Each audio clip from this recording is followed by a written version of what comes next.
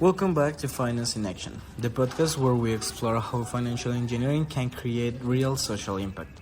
Today we're talking about a major challenge in Colombia, the limited financial inclusion and the high cost of credit of low-income communities, especially with small entrepreneurs. And joining me today is my colleague Nicole. Thanks for being here. Thanks, Juanes. I'm excited to talk about this topic because it affects millions of Colombians. Let's start with the basics.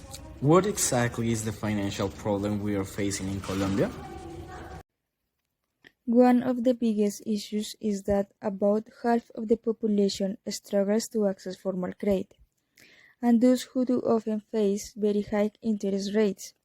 This pushes people toward informal lenders, known in Colombia as gota gota, who charge abusive daily interest rates. Exactly. And another angle is that micro entrepreneurs like food vendors, small shop owners, or local service providers often lack financial records or collateral.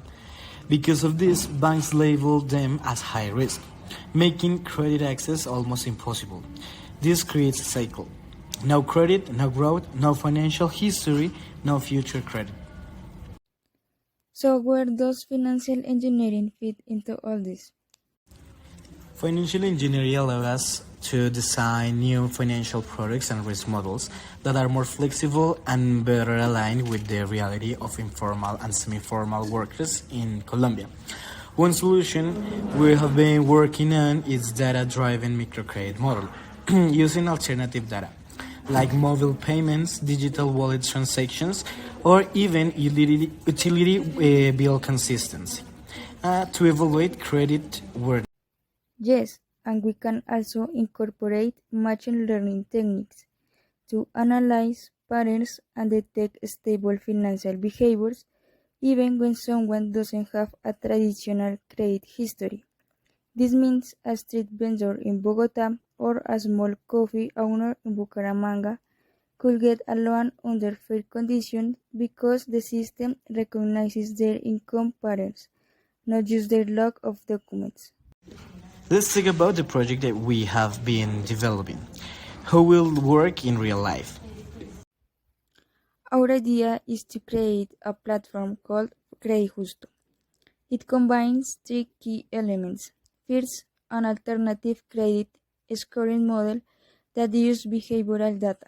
Second, a micro investment pool where citizens can invest small amounts, like 50,000 or 100,000 pesos, to help fund loans. And third, risk mitigation algorithms that diversify the portfolio and assign dynamic interest rates based on real-time risk. Exactly, and the beauty is that it benefits both sides.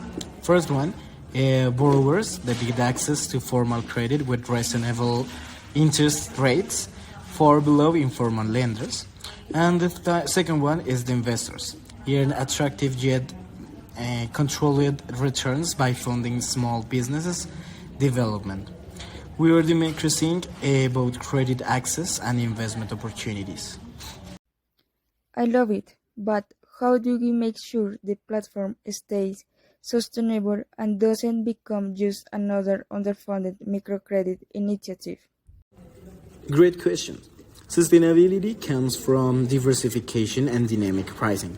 The platform doesn't really on one borrow paying perfectly. Instead, we distribute risk across hundreds of micro loans and constantly update risk scores using live data. Also, our plan includes financial education modules integrated into the app. Borrowers must complete a short, interactive lessons before receiving a loan covering budgeting, interest rates, and how to improve their credit score. This reduces default risks and strengthens long-term financial habits. What impact will this have in Colombia over the next years? If implemented at scale, we could help reduce dependence on informal lenders, improve financial literacy, and empower thousands of small businesses. Better access to credit means more jobs, more stability, and more upward mobility. And from a national perspective, as more citizens enter the formal financial system, we increase tax revenue, economic transparency, and investment attractiveness. It's a positive chain reaction. Before we close, what message would you like to leave for young financial engineers listening today? I would say finance isn't just numbers. It's a tool to solve real human problems. If you approach it creatively, you can design financial systems that include people rather than exclude them. And I'd add, Colombia needs innovation. We have the talent, the technology, and the need.